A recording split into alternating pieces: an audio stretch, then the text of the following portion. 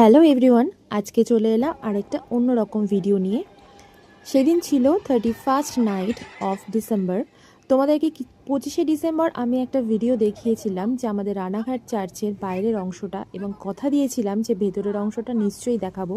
সেই জন্য আবার পৌঁছে গেছিলাম 31st নাইটে।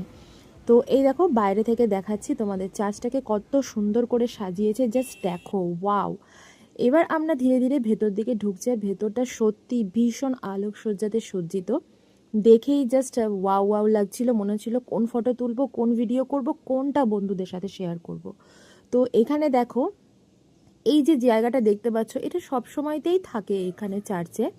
এই সাজানো গোছানো অংশটা মানে পুরো যিশুর জীবন কাহিনী বলে যেটা, সেটা সবসময় থাকে। আর এই যে আমাদের জেসাস, ও হলি জেসাস, তো এই এখানে লেখাও আছে। লেখাটা কতটা জুম করে তোমাদের দেখাতে পাচ্ছি জানি না, কিন্তু তোমাদের যার যার পড়ার ইচ্ছে ওটাকে পজ করে পড়ে নিও। তোমাদেরকে সৌন্দর্যটা আমি শুধু দেখাচ্ছি যে চার্চের ভেতরটা ঠিক কেমন। তো এই তো গেল বাইরের পরিবেশটা, এবার তোমাদের দেখাবো যে চার্চের ভেতরে কি হচ্ছিল। তো সেদিন মানে এই কটা দিনই যদি বলতে পারি, তাহলে খ্রিস্টানদের কাছে এটা বিশেষ সপ্তাহ বলতে পারো। তো সেই জন্যই 31st নাইটে সবাই এখানে ভেতরে প্রে করছিল এবং সবাই ভগবানকে ধন্যবাদ জানাচ্ছিল।